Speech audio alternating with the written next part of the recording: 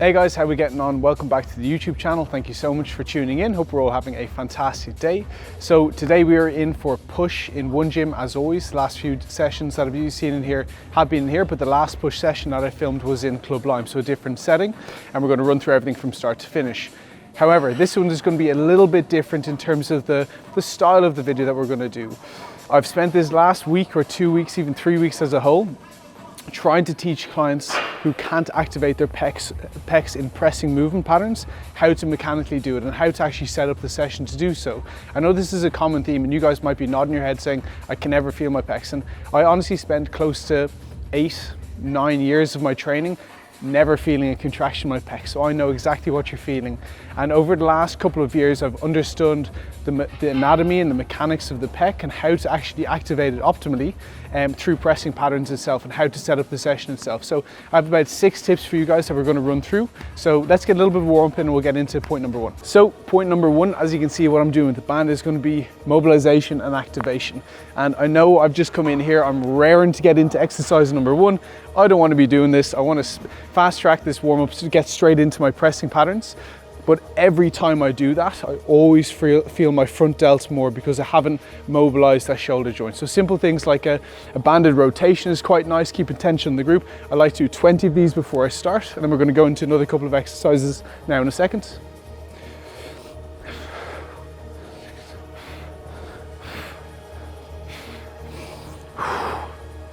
Second thing we're going to run into is just a literal external. I've quite, and most people have poor external rotation. I definitely do. So just have this stretch that I do here, something kind of flat. I'll just place my hand, if you want to come this side slightly there, hand flat there, elbow at shoulder height, and simply just move into there, and it will just pull you into external rotation. I'll do about 10 kind of jolts and keep it slightly dynamic. 6, 7, 8, 9, and 10. It's quite sore now, but it's very beneficial. Same with this side, about 10 reps. 1, 2, 3, 4, 5. I'll do one more each side. We'll actually contract in that lengthened position. So I'll just hold for about 5 seconds, and then I'm actually just pushing my fist, trying to almost contract into it in that position there, causing a little bit more tension. 4, 3, 2, 1. Last one this side. 4, 3, 2, and 1. Because sometimes in your pressing, you're going to get into a position, not every rep is going to be perfect, especially with a free weight. You might just get into that position that you don't want to be in, and you don't want to have not be in that position with a little bit of tension there. So it's a quite nice way to do it. Okay, so point number 2 that you'll see a lot of people do is external rotation. They're going to just do this with like a weight. Okay, remember that we need to be getting force away from where that line, where the arm position is. Okay, so force needs to become this way. And if a dumbbell has weight and the gravity is pulling it down, it's almost just like an isometric bicep curl and just doing this while you're doing it. So what we need to do is something like a cable, when we have the force pulling us into the floor and we're resisting external rotation this way and away from where the line or the arm path is occurring. Okay, so I'll do about 12 reps here, contractions to that top position, again putting some tension in that high level external rotation, pulling us into internal rotation. Couple reps here. Remember, these aren't working sets, just work until you get a little bit of blood in there. Make sure that you're fully warmed up through this range. Just to warm up the elbow joint for me as well. This has nothing really to do with the pec, just because I've granddad elbows. Couple reps each side.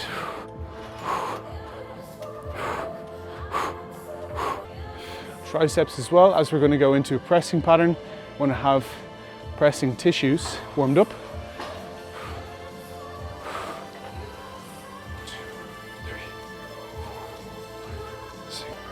Beautiful. Okay, joints warmed up, a little bit of body heat, and also just heart rate has come up a little bit, nervous system switched on. And then a really important note that I think we can have. So exercise number 1, sorry, lost you there. Exercise number 1 is going to be an incline barbell press.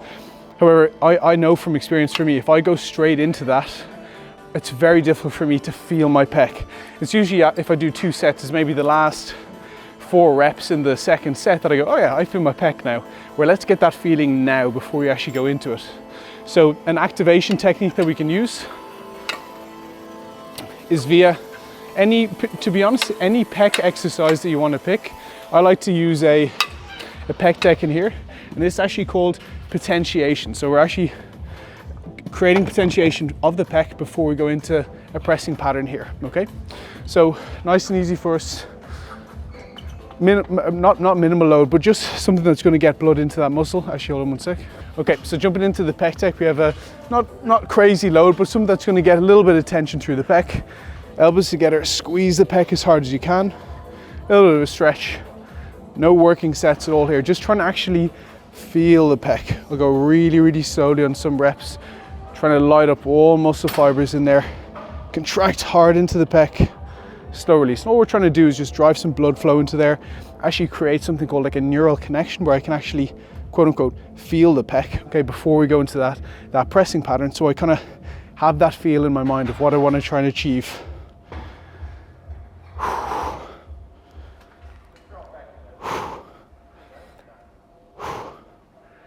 Good to see you.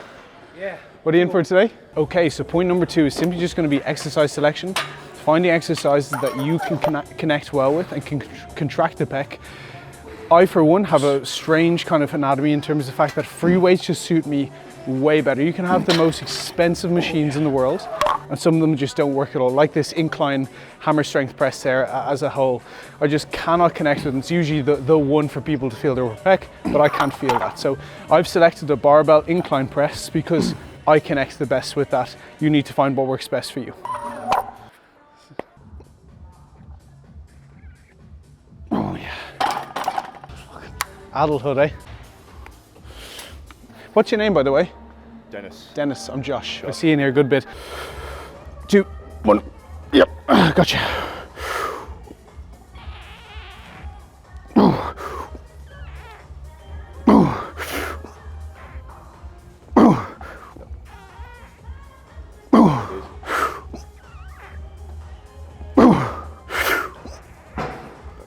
Keep going.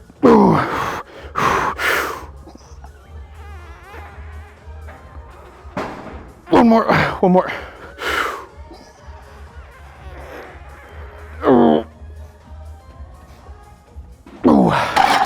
Oh, fucking let that one away from me. Thank you. The last one I think came away from me. Oh, good shit. Thanks, bud. We're getting there. Appreciate it. Dennis, yeah? Yeah, what was your name? Josh. Josh. Good to meet you again. Have a good session. So, match reps. I just felt like that was going to be a good one today. But we take it.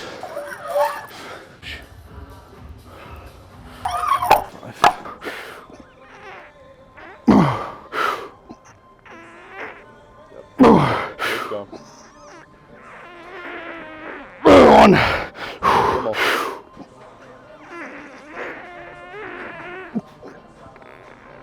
Oh yeah. Fuck. About spot on again. Thank you. Yeah, much better. I actually love that cue of pulling it on the way down. Yeah. Pulling it in and keeping ribs up. Almost like just like a flat pull down. Yeah, that was really nice. Before bench, I always will do like some kind of lat warm up. Yeah, same. Activated at least. Spring. Thank you, appreciate that. Yeah. Round the spine.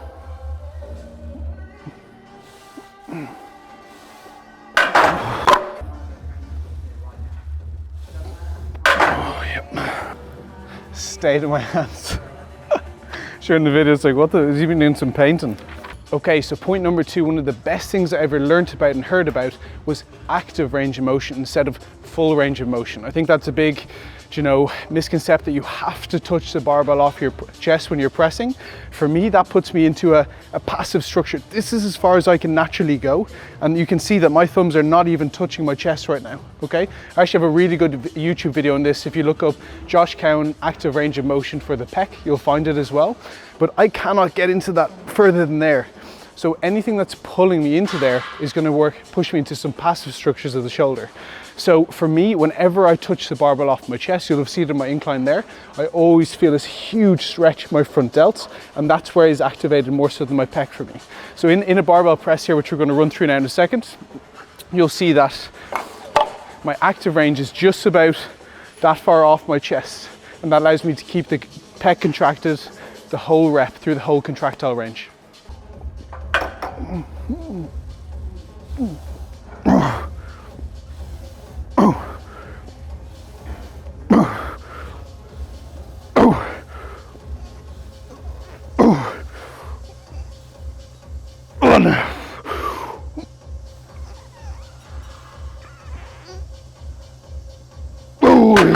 Fuck yeah. Okay, 3 up from last week.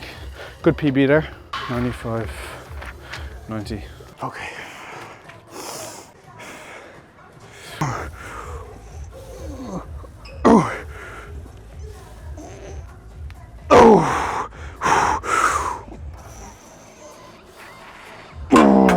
Fuck.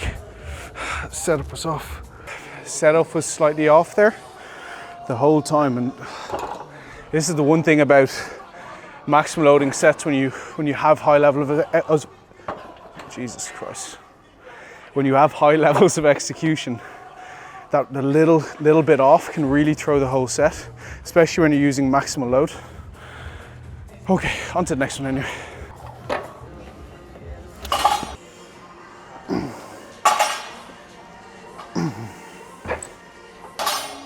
Okay, so point number 4 is going to be arm path, and something I've only learned of very, very recently is the line of the pec fibers has to be lined up with the arm path itself, okay?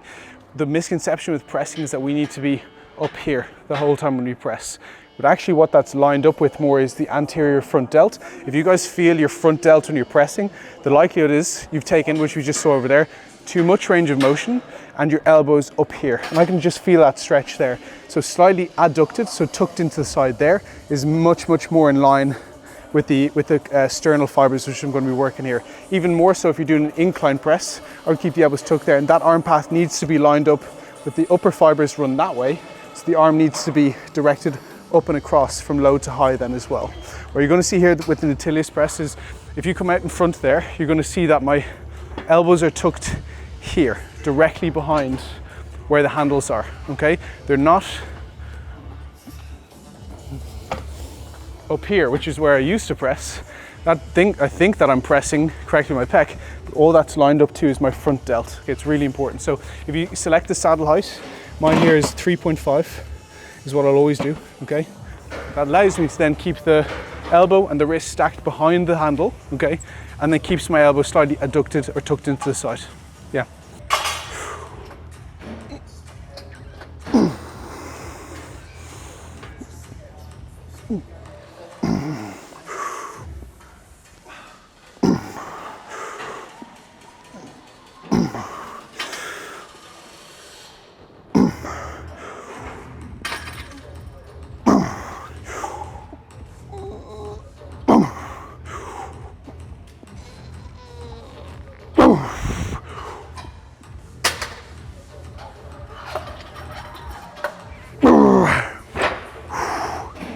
Okay, another PB there. 2.5.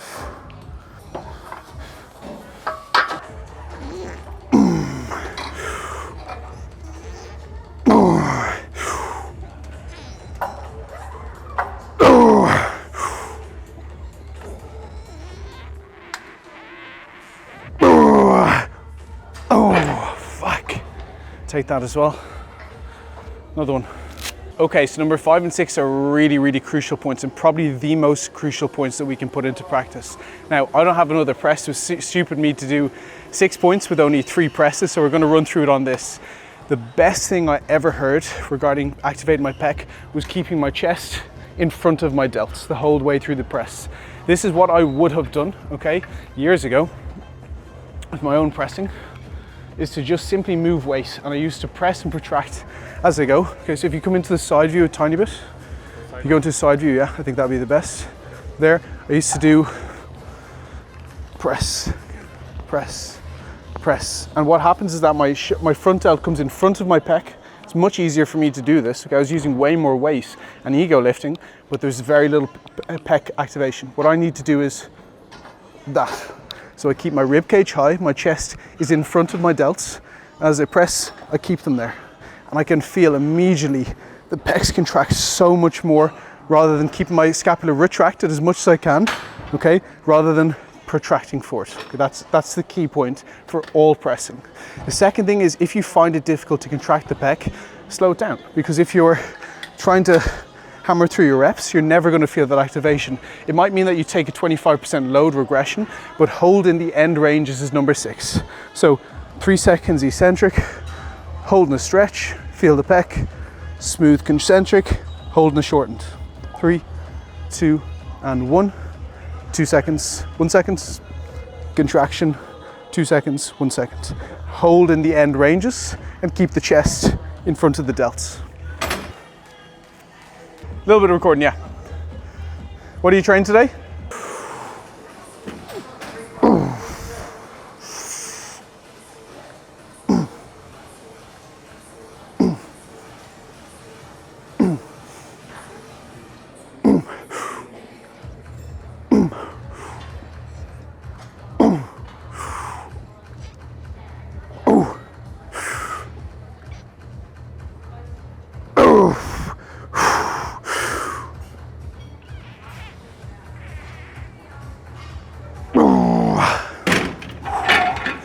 We'll take that though. 2.5 up, 9.5.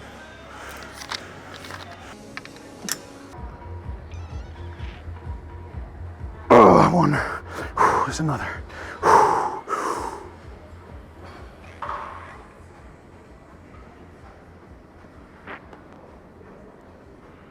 Oh, fuck yeah. Oh, fuck, that was hard.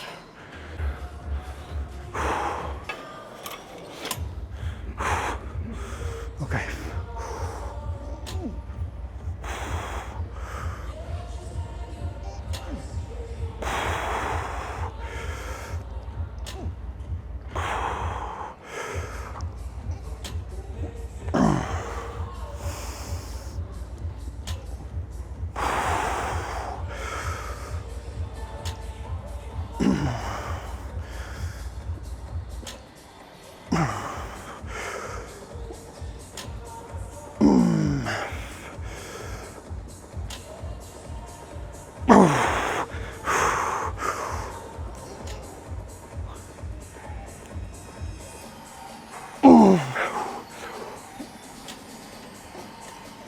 Oh yeah. Shit. Stand.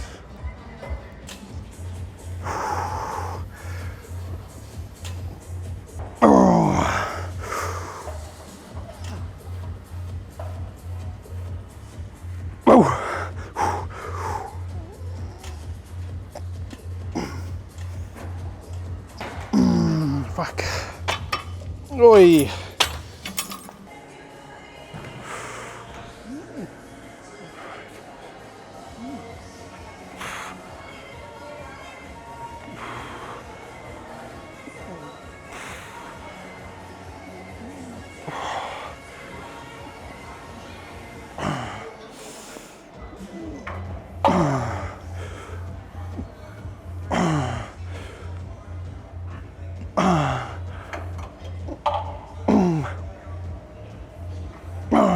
Fuck.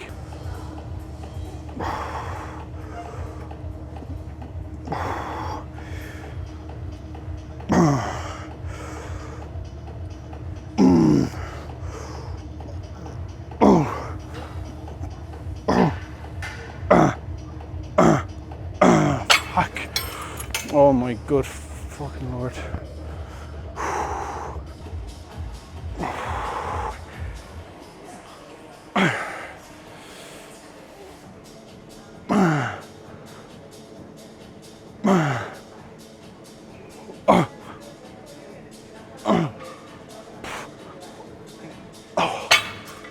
Oh, it's one of the stingiest exercises you can do, man. Fuck.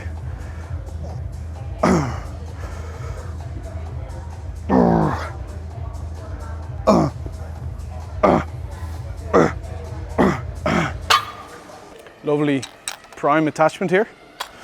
Very, very nice in terms of its kind of line of force and just lining up with your joints. It's quite nice. Only started to rotate this in recently, but enjoying it.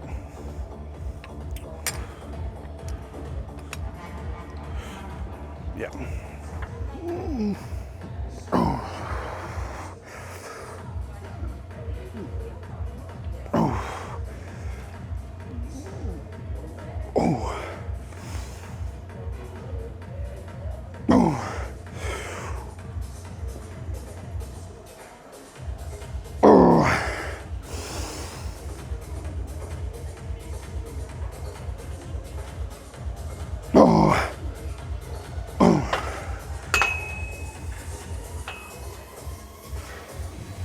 Very heavy.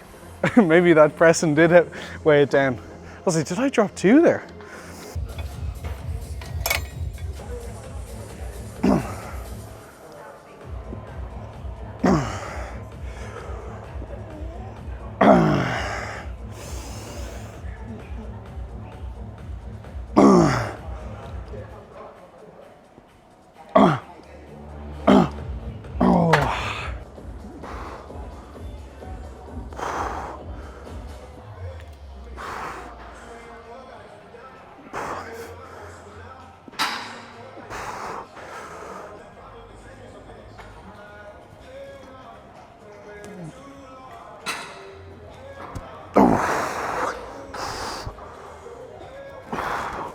Ooh.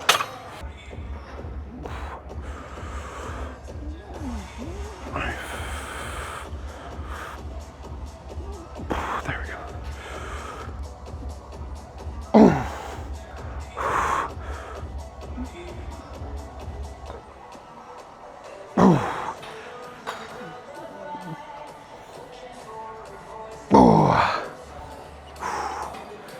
Oi, oi, oi.